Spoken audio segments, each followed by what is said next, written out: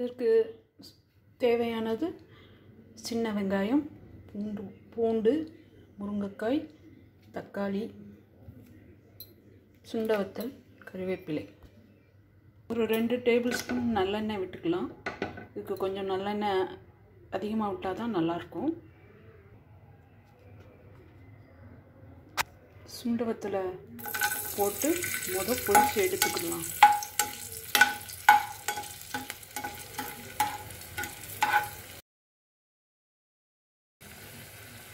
நல்லா பொரிஞ்சிச்சு, இதை எடுத்துக்கலாம். கடுகு போட்டுக்கலாம்.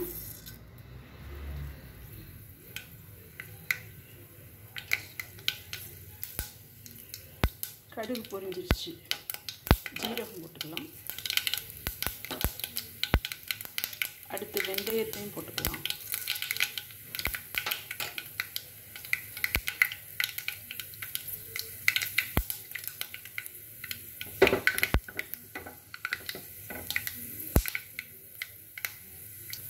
கருவேப்பிலை போட்டுக்கலாம். அடுத்து வெங்காயத்தை போட்டுக்கலாம்.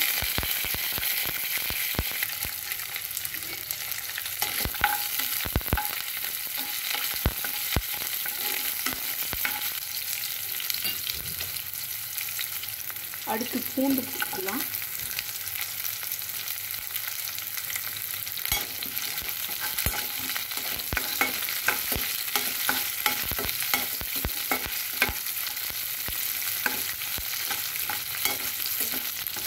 நல்ல வெங்காயம் பூண்டு கொஞ்சம் நேரம் மாறி வர்ற வரைக்கும் வதக்கணும்.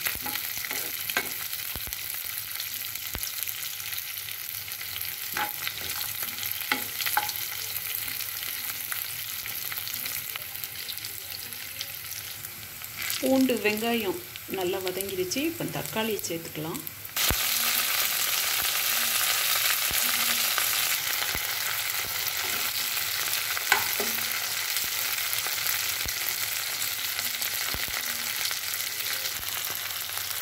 உப்பு கொஞ்சம் சேர்த்துக்கலாம்.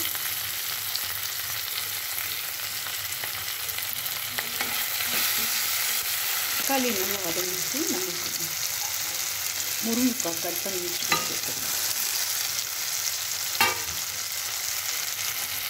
சுண்டவத்தலையும் சேர்த்துக்கலாம்.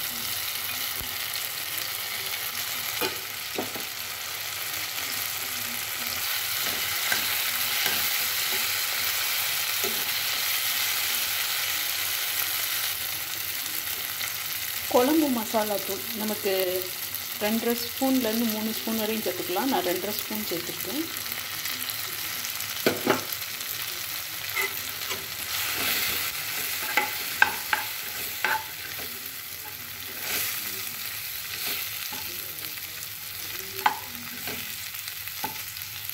மசாலா நல்லா எண்ணெயில் வதங்கிடுச்சு.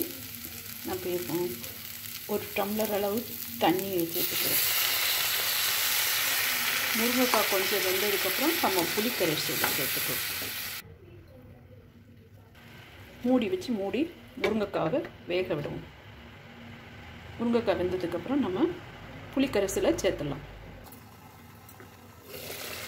முருங்கைக்காய் நல்லா வெந்துருச்சான்னு பார்ப்போம்.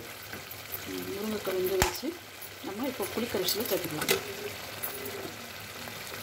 ஒரு எலுமிச்சம்பழம் அளவு புளியை, ஒரு சின்ன எலுமிச்சம்பழம் அளவு புளியை கரைச்சி வச்சுருக்கணும். அதை சேர்த்துடலாம்.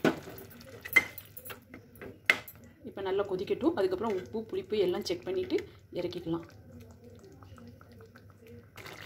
புளிக்கரைசல் ஊற்றி நல்லா கொதிச்சிருச்சு.